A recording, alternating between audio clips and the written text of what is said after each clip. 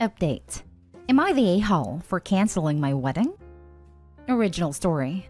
Over the past year and a half, my fiancé Jose, male 27, and I, female 25, have been planning a wedding for July of 2021. We've been together for 10 years and have lived together for 3 years. Jose and I both don't like the pomp and circumstance of weddings, and we're hoping to have a low-key and expensive one. My family, however, wanted something bigger. My mother has expressed to me just how much she's living through me in having this wedding. I have expressed to her plenty that social situations trigger my anxiety. She doesn't care. Jose and I gave in last year and agreed to marry in a church and have the big reception she wanted. Jose made sure if we were going to do this, my parents would pay for both the venue and the church fee. They agreed. Planning was stressful, and it caused a lot of tension between Jose and I. It turns out the stress wasn't coming from the planning itself. It was the wedding as a whole. With my therapist's help, we identified that being a bride embodied many things my mother berated me for growing up and acted as triggers for my CPTSD. I came forward with my reservations to my mother. Her response was to gaslight me about my therapist's diagnosis and insist on the wedding happening the way we planned it. She joked that I could take some CBD or have a drink to stay calm during the wedding. She has also begun drinking to avoid confronting her feelings and regards it as the only thing she has that's hers. She does not take it seriously, and my father won't help. I found out that the private conversations I have had with my father about her drinking were shared with her. It got bad enough that at my bridal shower, she had 18 beers and berated my sister-in-law for calling her out on drunkenly crap-talking my brother to family. Mind you, Jose's side of the family does not drink, as they've lost their grandfather to alcoholism. I feel horrible they were put in the position to having to watch her. When trying to make amends between my sister-in-law and her, she decided to take me on a car ride in which she screamed at, gaslit, and berated me for accusing her of being an alcoholic. She apologized for this half-heartedly, expecting me to forgive her and move on. As a result, I've gone no contact with her. Jose and I made calls and canceled the big wedding altogether and are instead going to quietly get married at the courthouse this Saturday with a small group present. Half of the deposit from the venue is non-refundable, but we decided to take a small personal loan to make sure we don't owe my parents anything at the end of this. His side of family is completely on board, while mine is sending emails and pleading with me to be a better person and make up with her. I know I've made a lot of missteps in this. I should have set my boundaries much earlier in this mess and stayed firm in not having the wedding. I wanted to hear from an unbiased party whether I am being unreasonable. Am I the a-hole? Now for the top comments before reading the update. Your family are the a-holes here. They forgot that the wedding is about the bride and groom and not everyone there. In extreme case, it may also extend to being about the kids if they're really young and really important to the relationship, but probably not applicable here. Anyways, the moment you had reservations, your mom should have dropped everything to figure out a way to accommodate your concerns. When she fled from her duty to do that, she lost her right to complain about any of this. Enjoy your courthouse wedding, Opie. Sorry for all the strife. My mother had straight up told me that the wedding wasn't supposed to be for us. It's a celebration for the family. One of the emails I'd received from my aunts was, verbatim, "You know, the wedding is a chance for us to celebrate you. Please don't go off and elope and deprive us of that privilege." Yes, a wedding is a chance for the family to celebrate the union of a couple. However, it should never be the expense of what the couple wants. If the couple getting married wants a low-key, no-pump shindig, that is their right. You can't change the past. So don't beat yourself up about boundaries now. You've put them in place and learned a lesson. Just make sure you keep them in place should you decide to go down the path of kids. Not an a-hole. Why is it the person wronged has to be the bigger person? Just do what's best for you and your partner. That expectation is because the one wronged is the only one who might be willing to be the bigger person. It's a lot harder to get the offender to mend their ways. Bad expectation though. Edit.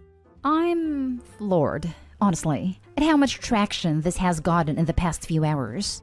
I can't begin to thank you all enough for your words of kindness and guidance in this very strange time. When I made this post, I think I had expected to get more of a mixed response. But reading all of the not the a-holes come in has admittedly thrown me for a loop.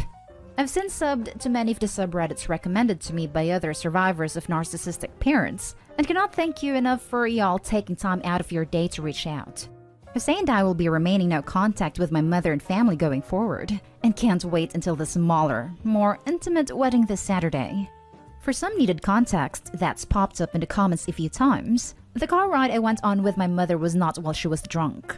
In trying to meet the character limit on the post, I neglected to mention this was on a separate day from the shower. I apologize if that's misled anyone. And now for the update. Yesterday, I married the love of my life and partner of 10 years in a quiet little backyard ceremony. 15 people were there, friends, family, and Jose's immediate family. The ceremony took all of 15 minutes thanks to our amazing justice of the peace, and the celebration was fun. Casual conversation over a simple sandwich lunch. We got to catch up with friends we haven't seen since the pandemic started, as well as make fun memories with the people willing to understand and love us without judgment. My mother, in response to finding out I've gone no contact with the family and planned a private wedding without her, sent one of my aunts screaming at me the day before the wedding over email. Catholic guilt, gaslighting, the whole shebang. I went all in on telling my family exactly what I felt and dealt with in regards to my mother and them. They had the audacity to invent a story that Jose is nothing but a controlling abuser that deleted her first email. He's trying to steal me away from them and convince me it was the truth. They want me to forgive my mom and be the bigger person, even after detailing the extent of her behavior to them. I tore my aunt a new one over email, citing them all, my grandmother included, as cowards for not coming to me to tell me the alleged truth about Jose before, offering pomp, circumstance, and praise for getting married to him. It's funny how quickly the narrative shifted from, "Oh, think of your poor mother," to "You poor, stupid child running into the arms of a horrible man," to "You're a monster for canceling your family."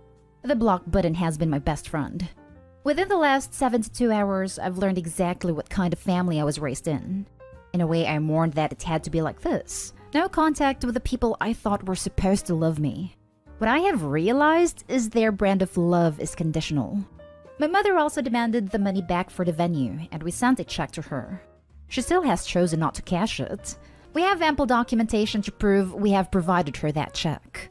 Jose is warning her in writing to cash that check by the 21st, or else we will stop that check and pay back the loan. Thank you all to the kind Redditors that have reached out offering words of encouragement and resources for coping with narcissistic, toxic family. Jose and I thrilled to finally have had this wedding on our own, surrounded by the people that matter most to us. They had the audacity to invent a story that Jose is nothing but a controlling abuser that deleted her first email. He's trying to steal me away from them and convince me it was the truth. Projection much? Congrats on the wedding! And starting the family you two are going to build together off on the right foot by surrounding yourselves with genuinely supportive people. My family accused my husband of the same crap when he stood up to them while they were going after me on social media. Projecting is just second nature to people like that. Over a simple sandwich lunch. I love this. Forget overcooked salmon and dried chicken. Give me some wedding Sammies. Me too. Bonus points if there is pie for dessert. We had cookies and a cannoli cake. Congratulations on your wedding.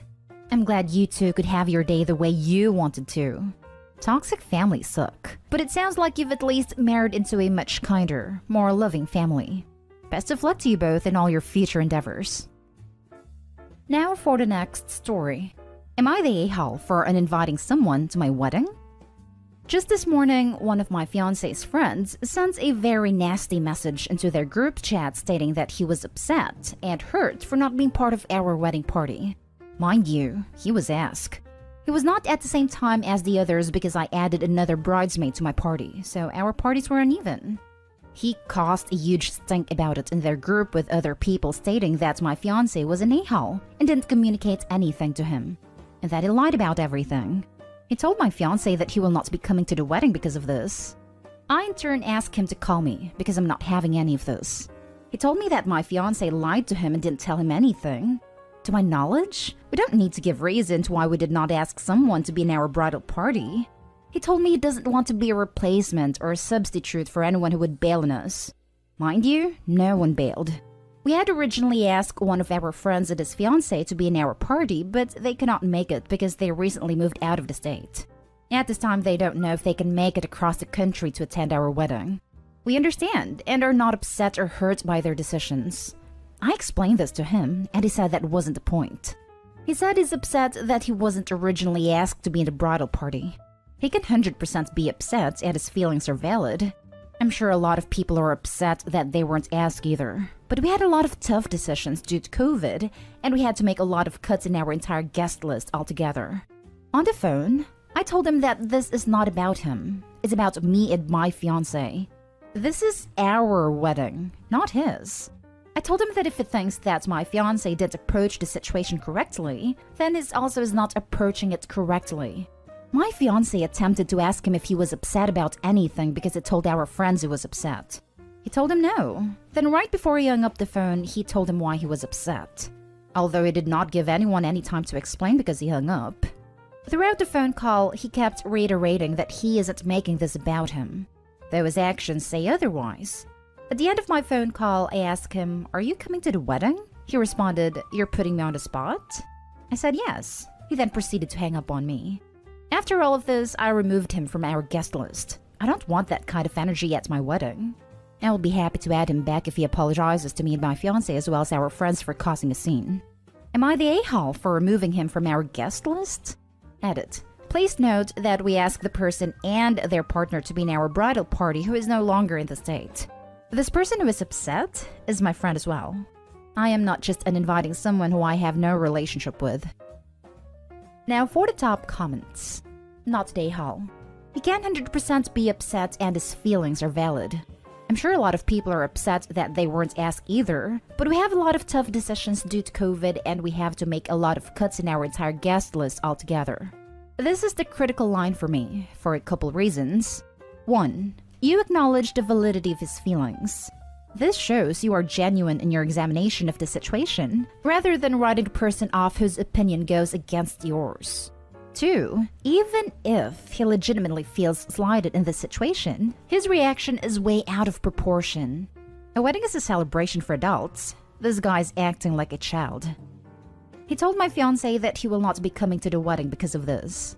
Info. Why uninvite him if he'd already said he wasn't coming? He's the kind of person who could possibly decide he wants to come later because he changed his mind. The friend is right that he was asked as a backup, but he's a piece of work for creating a public stink about it. You should talk to your fiancé before kicking this guy from the wedding though, because it's not just my wedding. We talked about it. He said he doesn't want him there if he's going to act like this.